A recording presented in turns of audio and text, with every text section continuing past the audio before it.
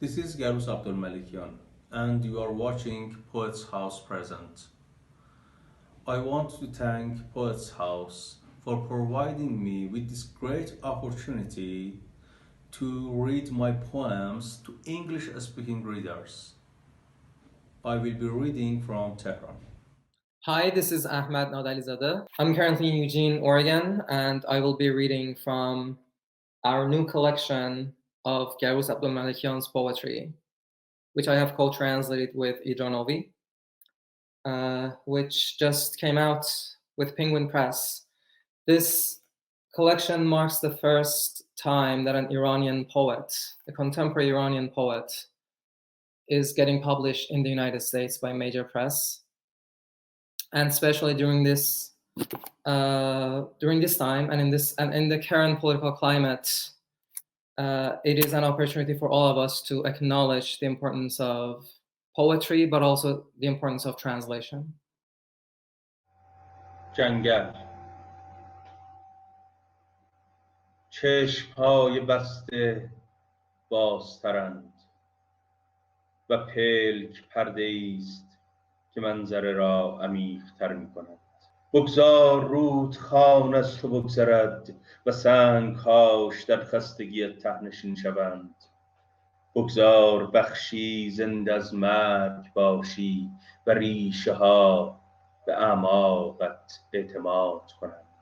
جنگل تنها یک درخت است که در هزاران شکل از خاک گریخته است.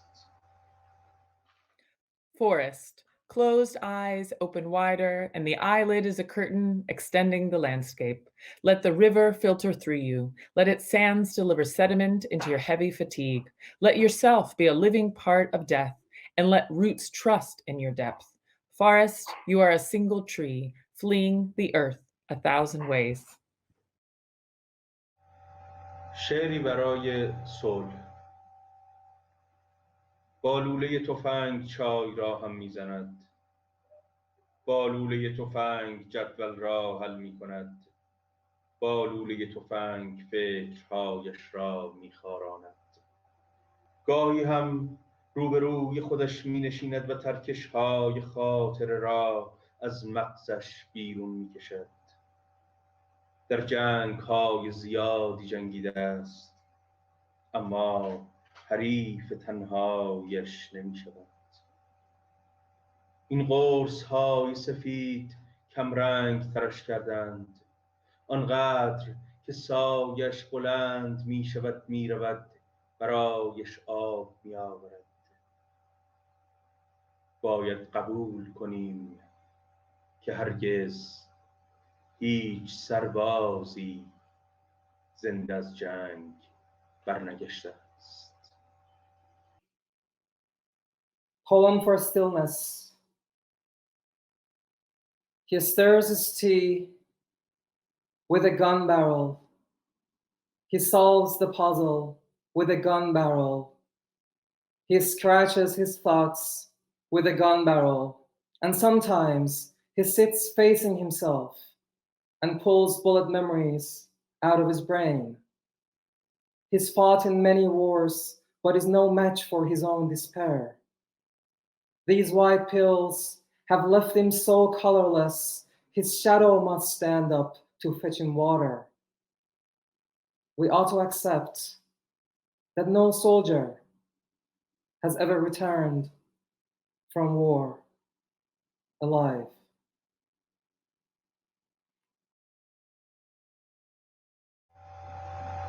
پیراهنت در باد تکان می‌خورد. این تنها پرچمی است که دوستش دارم. Pattern, your dress waving in the wind. This is the only flag I love. شعر بلند تنهایی. تکیه داده است به این وقت شب و در جیر جیر سن و سالش جا به جا می شود.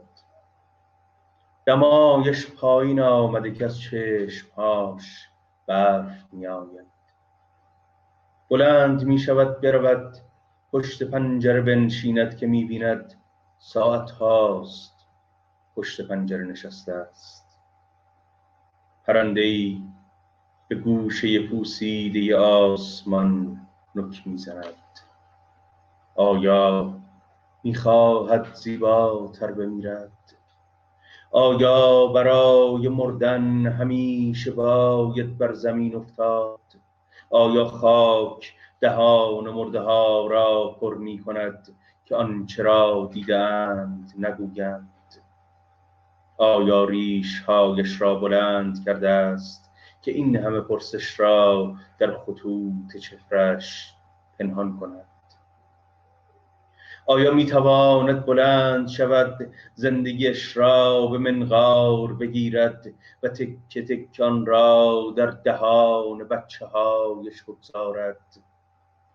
پنجره را باز می کند. پرتقال های حیات خونی است. دلیل ماه را نمیفهمد، دلیل آسمان این همه خالی را نمیفهمد. چراغ را خاموش می کند و بر تختی که سالها پیش دور انداخته دراز می کشد. او بر دورها دراز می کشد و بر دورها به خواب می رود و یک عمر راه را باید برگردد وقتی که گوشی تلفن زنگ می زند. آن سوی خط جنازه تکه تکه برادرش است که با گوشی بی سیم در دستش منفجر شده و حالا همانطور دارد آخرین جمله هایش را از زمین جمع می کند. آن سوی خط زنی است که از 27 سال پیش تماس گرفته بگوید عزیز من، شیر گاز باز مانده، من مردم و حالا خواهرانت غمهایی هستند که هر روز بزرگتر می شوند. از غمهایت مراقبت کن، به درس و مشقشان برس، با آنها حرف بزن. آن سوی خط منم که میخواهم او را از این شعر بیرون بیاورم، که میخواهم او را از این متن نجات دهم. اما کسی نشسته بر سیم ها دست میکشد. اما کسی نشسته رابطه ام را با خودم شنود می کند و خشخشی که می شنوید چاقویی است که بر کلمات می کشد. خون در سیم ها می چرخد و بوق ممتد قرمز قطره قطره در تنهاست که گلهای پیراهنش خشک می شوند. مردی که چای در دهانش دم می کشد، مردی که دکمه های زندگیش باز مانده و گوشه‌ای از روحش بیرون افتاده است. نامه را از کشو در می آورد، خواندنش بیشتر او را گرم خواهد کرد یا سوزاندنش. سیگارش را آتش میزند و در میخ کجی بر دیوار فرو می رود. دیروز گذشته است، فردا گذشته است و دور دست خاکستری عمر با هر حکی به دهانش نزدیکتر می شود.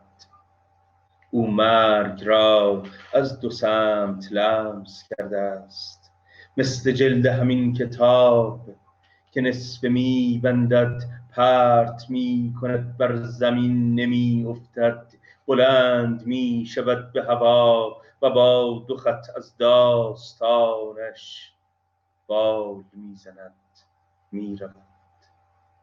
حالا دارند چند پرنده سفید چون کلماتی کوچک از ذهن آسمان عبور می کنند.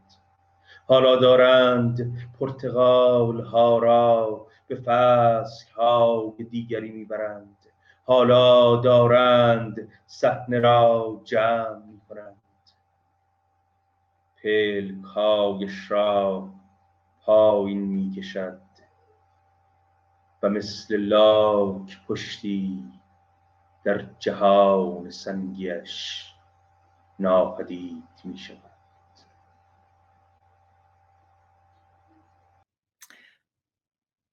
Long poem of loneliness. He's leaning against this late hour, pushing open the creaking door of his age. His temperature drops, causing snow in his eyes. He stands up to go sit by the window, realizes he has been sitting by the window for hours. A bird pecks at the corroded corner of the sky. Does it want to die more beautifully? Does one always need to fall to the ground in order to die? Does the earth fill the mouths of the dead to stop them from describing what they've seen? Has he grown his beard out to conceal all these questions in the creases of his face? Is it possible to rise, to peck at bits of his life with his beak and place them in his children's mouths? He opens the window. The oranges in the yard are blood oranges. He does not understand the reason for the moon. He does not understand the reason for the all-empty sky. He turns off the light, lies on the bed he discarded years ago. He lies down upon the faraway, falls asleep upon the faraway. And when the phone rings, he has to get back on a road as long as a man's life. On the other side of the line lies the severed corpse of his brother, who exploded while holding a phone in his hand, a corpse now gathering his last sentences from the ground. On the other end of the line, a woman calls from 27 years ago just to say, "Son, the oven gas is on. I am dead, and your sisters now are sorrows growing taller every day. Take care of your sorrows. Attend to their homework. Talk to them." On the other end of the line, it is I who wants to haul him out of this poem, who wants to save him from these words. But someone is busy scrutinizing the phone wire. Someone is busy a surveillance of my relationship with myself. And the scratchy noise you hear is from his knife carving out the words. Blood circulates in the wires, and the red eternity of the dial tone pours into his ears drop by drop. It is his loneliness that withers the flowers on his shirt. The tea steeps in his mouth. His life's buttons have been left undone, and part of his soul is hanging out. He draws the letter from the drawer. Will he get warmer from reading it or burning it? He lights his cigarette and drives it like a crooked peg into the wall. Yesterday is over. Tomorrow is over. And with each exhale, the gray far away of life draws closer to his mouth. He has touched both sides of death, like the front and back cover of this book, which he closes in the middle, tosses on the floor, but it doesn't fall. It rises and flies off with the two lines of its story. Now a couple of white birds are crossing the sky's mind like tiny words. Now they are carrying oranges to other seasons. Now they are leaving the stage empty. He draws shut the curtain of his eyelids like a tortoise retreating into its stony world. پرنده صلح. نه راهی به رویا میرسد، نه رویایی به راه. برمیگردم به رنگ‌های رفته دنیا. به موهای مادرم پیش از آن که پدر ببافدش، به خاک پیش از آن که تو در آن به خواب روی. و آن کتاب کوچک غمگین پیام بر شدن در جزیره متروک. از هم به هم گریخته ایم، از خاک به زیر خاک، و انگار تمام جاده ها را با پرگار کشیده است، و انگار مرگ نقطه ایست که به پایان تمام جمله ها می آید. و آن پرنده کوچک که رویای من و تو بود، در دهانش برگی گذاشتند تا سکوت کند. از شب به شب گریختیم، دستهایت را به تاریکی فرو ببر، و هر چرا که لمس کردی باور کن. the bird of reconciliation. A road will not lead to a dream, nor a dream to a road. I return to the faded colors of the world, to my mother's hair before my father braids it, to the soil before you fall asleep in it, and to that small, poignant book with its prophet on a deserted island. From each other, we have fled toward each other, from the earth into the earth. And that little bird that was my dream and yours has a leaf forced into its mouth now to keep it silent. We have fled from night into night. We have fled from night into night. Dip your hands into that dark and believe whatever you touch.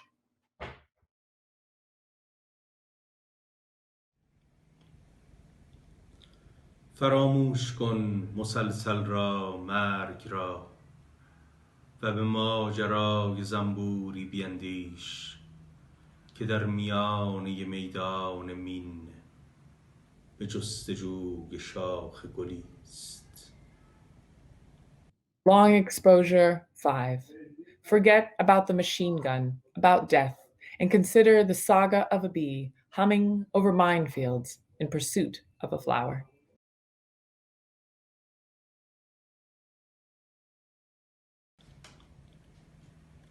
خرده های تاریکی در سایه چیزی که نیست نشسته است و چیزی که نیست را ورق می زند. او تکه تکه بیدار می شود و تکه تکه راه می افتد و تکه های بسیارش مرگ را کلافه کردند. انگشت اشارش که از آسمان می گذرد اجازه می گیرد، از او می پرسد غروب جز برای غمگین کردن به چه درد می خورد؟ همین پرسشی که پاسخ است تا ابد زنده می ماند، پس رهایش کن بگذار برود. دیوانه است او که هر بار حرف می زند، دیوار به سمت دیگرش نگاه می کند. دیوانه است او که همچنان به کندن شب ادامه می دهد و خرده های تاریکی را زیر تخت پنهان می کند. دیوانه است او که گفته بود می رود اما رفت و گفته بود می ماند اما ماند و گفته بود می خندد اما خندید. دیوانه است او که رفتن و ماندن و خندیدن را Bits of darkness. In the shade of what is not, he sits, turning the pages of what is not. He wakes sliver by sliver and walks in slivers, and his many slivers have afflicted death. His index finger moves across the sky, asks for permission, asks him, what can a sunset cure except sorrow? That's all. The question, which is the answer, will remain long after us. So leave it, let it go. Insane is he whose speech makes the walls look in another direction. Insane is he who keeps excavating the night to conceal the bits of darkness beneath his bed. Insane is he who said he would leave but left, who said he would stay but stayed, and who said he would laugh but laughed. Insane is he who wouldn't leave or stay or laugh and considers excavating the sense of but. He must be insane, this man tied by a rope to the sunrise. He is insane, this man who was shot yesterday, who still plans his escape. فلاشبک. فرصتی نمانده است، بیا هم دیگر را بغل کنیم. فردا یا من تو را میکشم یا تو چاقو را در آب خواهی شست. همین چند سطر، دنیا به همین چند سطر رسیده است. به این که انسان کوچک بماند بهتر است به دنیا نیاید بهتر است. اصلاً این فیلم را به عقب برگردان، آنقدر که پالتوی پوست پشت ویترین پلنگی شود که می دود در دشت‌های دور، آنقدر که عصاها پیاده به جنگل برگردند و پرندگان دوباره بر زمین نه به عقب‌تر برگرد، بگذار خدا دوباره دستهایش را بشوید، در آینه بنگرد، شاید تصمیم دیگری گرفت. Flashback. No time remains. Let's hold each other. Tomorrow, either I will murder you or you will rinse the knife in water. These few lines, the world has come down to these few lines. Is it better for a human to remain small or not to be born? Or just rewind this movie? Let the leather coat in the display window become a leopard leaping into distant fields. Let every wooden walking cane return to the forest on foot, and the birds soar over the earth once more. The earth, no. Rewind even further. Allow God to wash his hands again, to gaze at the mirror. Perhaps this time he will come to a different decision. I want to thank Poets House Presents for this great opportunity that it has provided us to introduce this collection and to read some of its poems.